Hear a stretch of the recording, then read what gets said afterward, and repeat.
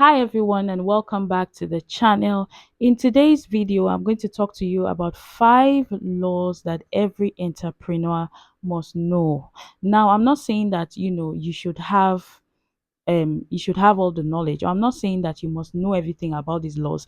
I'm just saying that you should have basic knowledge about this. So if you're an entrepreneur and you are looking to thrive, especially in Nigeria, these laws are laws that were enacted in Nigeria. They're Nigerian laws. So if you are doing business in Nigeria, you should have, like, let's say, just basic knowledge about it. And in today's video, I'm going to be sharing it with you. So if you're an entrepreneur, or you're an aspiring entrepreneur, or you're a business person, then this video is definitely for you. So if you haven't already subscribed, make sure you subscribe and put on your notification bell so each time I post a video, you get notified. Okay, so let's just jump right into the video.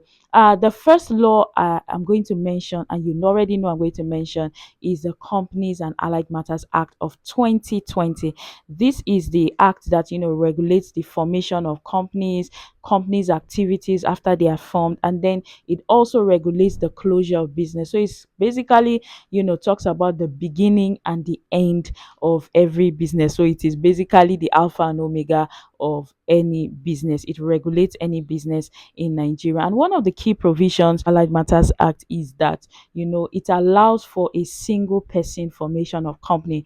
Before 2020, only one person could not form a company, but now only one person can be director, can be shareholder, and can take all the shares of the company. Another thing is companies are now expected, that they to file annual returns up to date to keep their company active, and for the CAC to have, the name of the company or the information of the company in their register. And then entrepreneurs, whether online or offline or on site, are required to register their company. So you are required to register your business if you want to do business in Nigeria. So the second law is the Finance Act of 2023. This is a little bit, more recent. Now, this one basically governs taxes in Nigeria, and it is packed with a lot of incentives. So if you don't have like basic knowledge of it, you wouldn't know about all these incentives. Now, for small businesses, it's packed with a lot of incentives for small business and for startup companies. And so if you don't know, if you're a startup company and you're a small business, it's important,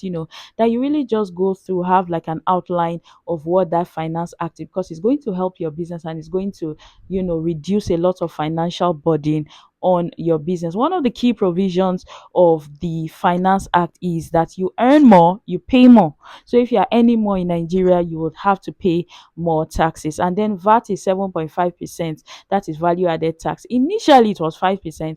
They increased it, add an extra 2.5%. So when you go and eat in a restaurant or when you buy something in the supermarket, you'll see 7.5%.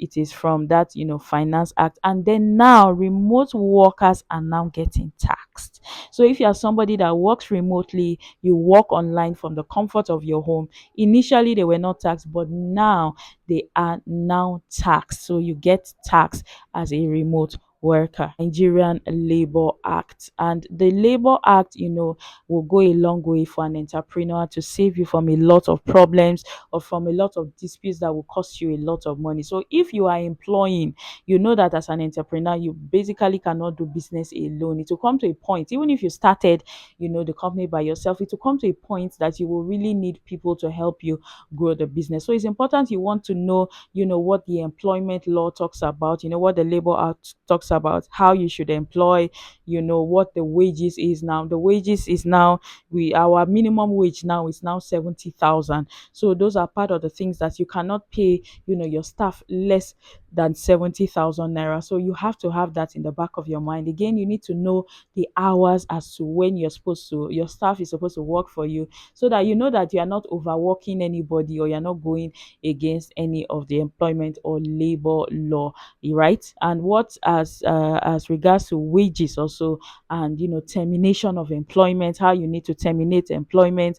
Are you terminating the employment properly? What are the steps that you need to go through that. So that will save you a lot of stress. You need to just know this basic thing: wages, termination, and then employment and working hours. Those are basically the things you have. You don't have to know all the law. Now, the fourth one is the Intellectual Property Act. A lot of business are coming up, and what the Intellectual Property law is helping to do is helping to protect, people's creations, people's inventions, people's logos, people's names. So if you've been using a name and you love that name, people know you on social media, people know you, online and offline, and they like to call you that name.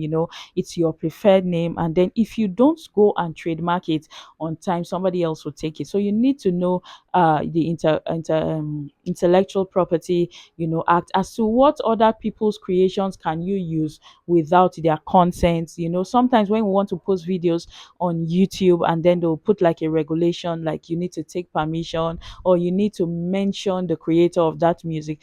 That is also trying to protect the creator of that sound. So you need to have like a basic knowledge of those things. About images as well is also considered an intellectual property. So you also need to have like basic knowledge about trademark, about patents, and about copyright as well. So the fifth and the last law is the Consumer Protection Act. I know that you've heard it before, that the customer is always right. Now, that consumer protection law helps to protect the consumers. It's basically, for the protection of the consumers, and it is regulated by the FCCPC, that's Federal Competition and Consumer Protection.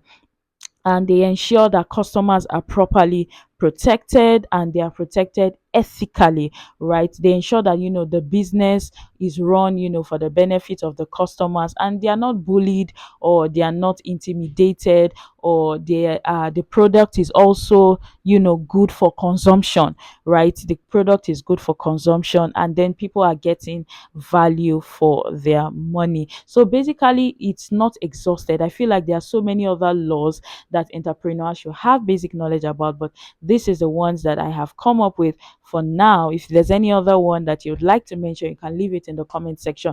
If you haven't already subscribed, make sure you subscribe and put on your notification bell, so each time I post a video, you get notified. Until I see you guys in my next video, God bless you.